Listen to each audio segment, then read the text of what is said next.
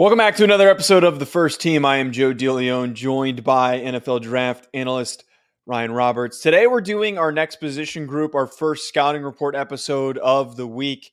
And the two players that we decided that we're going to be focusing on are Trey Benson from Florida State and Raheem Sanders from Arkansas. Now, Ryan, I think that the interesting thing with these two guys, both huge bodies, big dudes, different players, very different players. One is much bigger than the other by a whole 20 pounds, which sounds insane to say. But my main takeaway from watching them, both built for what the NFL needs. Both built for taking on a lot of carries. Maybe one guy's a little bit more of a throwback than the other, but I really can see heavy workloads for both these guys.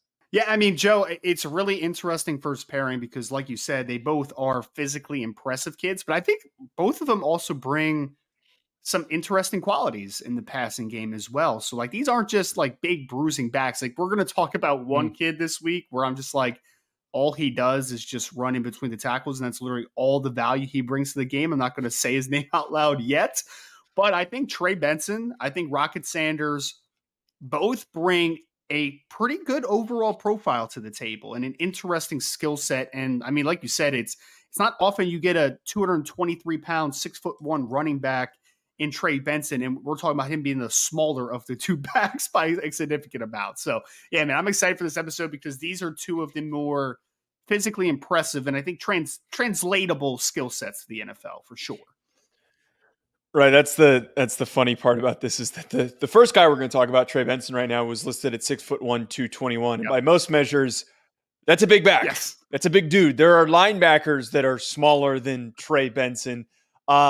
Background, though, that you have on him, as you usually do, he came from Oregon. He transferred over to Florida State, and his last season really burst onto the scene. And 2023 could be even bigger for him. Yeah, so he's a Mississippi kid, originally born and bred, was a four-star recruit. 247 Sports had him rated as the number 21 overall running back in the 2020 recruiting class. So he came in during the COVID year to Oregon. But before the season, Joe, it was the December before the year, he had torn an ACL and I think a PCL as well. So he missed his entire freshman year. 2020 season was wiped out completely. 2021, he only had like 6 carries for 22 yards or something like that from Oregon, entered the transfer portal. And then 2022, obviously, he has a breakout year, nearly 1,000 yards. He would have had well over 1,000 yards if he wasn't sharing the ball with, obviously, Trayshawn Ward, who's also a talented running back that transferred to Kansas State this offseason, as well as their quarterback, who's a very good football player, and Jordan Travis is also a viable running option for the team as well. So I think that the option of him being the staple running back is going to really balloon his stats in 2022 or 2023, excuse me. But he was a 4-star caliber running back.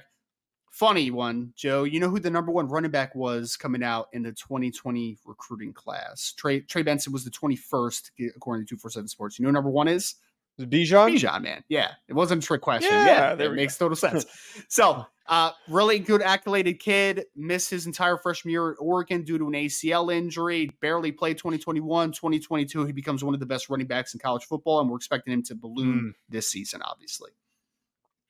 Yeah, I think that now that he's going to get more of a load share, and then also now that this offensive line not only has progressed and has gotten more experienced, but they also added some heads to the group. So I think that the guys blocking for him are going to set up just a massively productive year. And I think the big reason why that there's evidence for that, if you flip on the tape, there's all these things that we're going to talk about right now about Trey Benson that are great.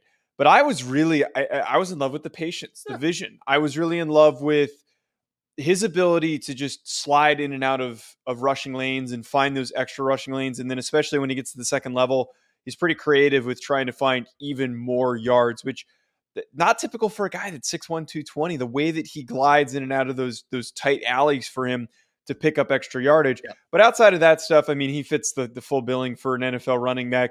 He is beyond explosive. Pretty good long speed for a guy that's 220. I don't think that he's going to be like a 4.3 guy, but somewhere maybe in that 4.5 range, which is a pretty good number for him.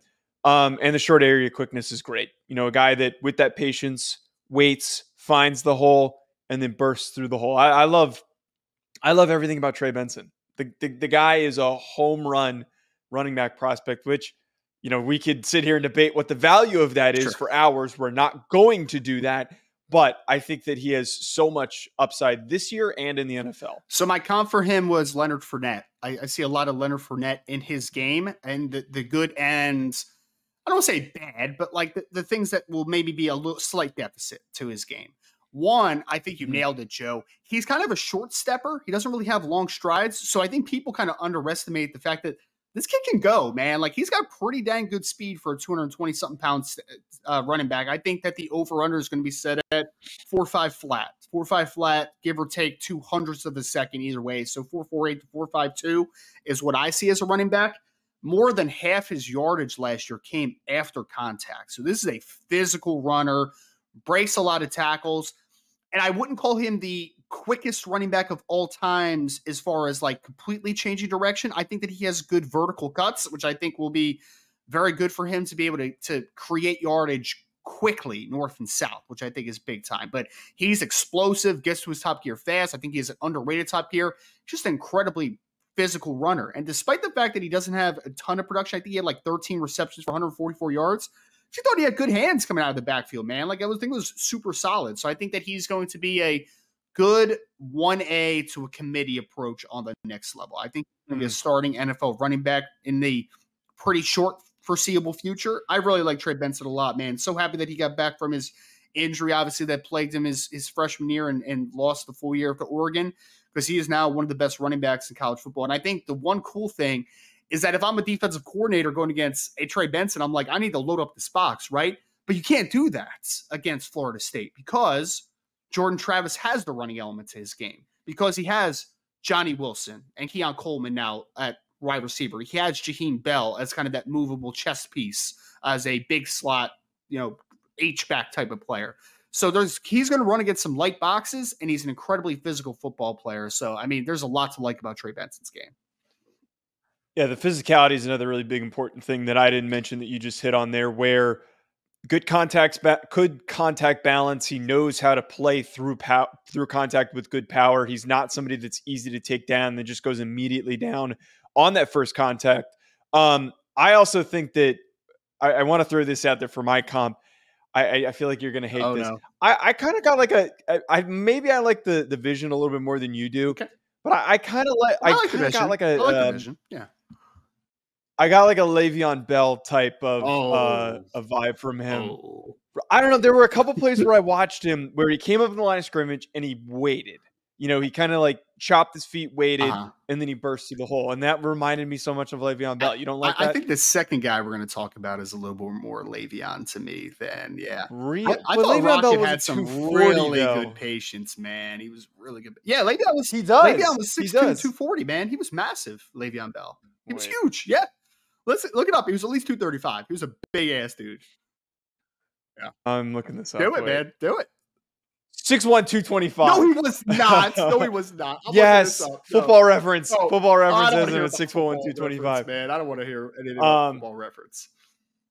Besides the point, though, I think that we've painted a really good picture that this guy is ready to step onto an NFL field and make an impact. He was 230 at the combine, Joe. He was 230 at the combine. Okay. Anyway. Well, what's closer, 221 or 242? What's I'm not doing math what's on this closer? Podcast. I'm not doing math on this. They're both about the same. Yeah. Exactly.